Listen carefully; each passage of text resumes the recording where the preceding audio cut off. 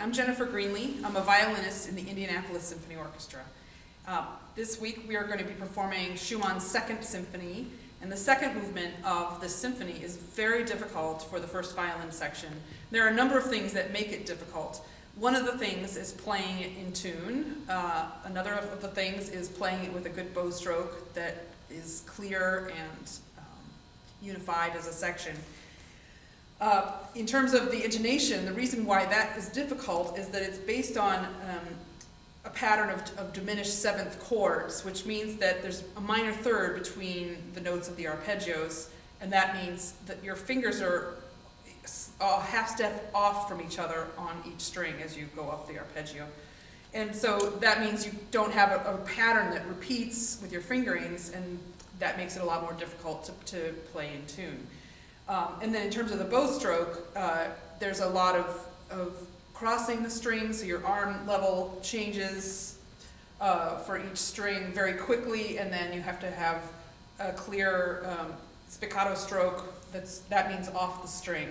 So the way that I find best to practice a piece difficult like this is to use a metronome and to start practicing extremely slowly.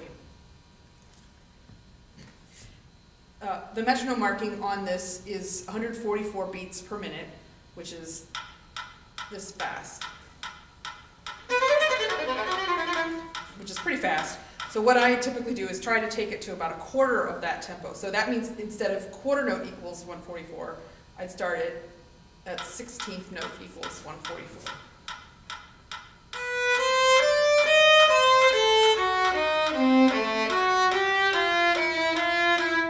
And then I might even go slower than that, depending on my intonation, and then gradually speed it up.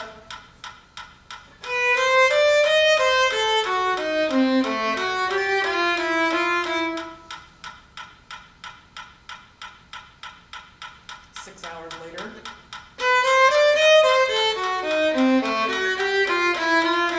And so on until you get up to the speed that you want it to be. And that is a very time-consuming method of practicing, but unfortunately for me it feels like it's the only way to get this kind of piece to be accurate. And on top of all the accuracy issues, you also want it to be musical and pretty, and so you have to also practice those things, which the metronome isn't always as helpful with, but within the metronome marking, you have to be able to be musical. And now I'm going to play the beginning of this movement.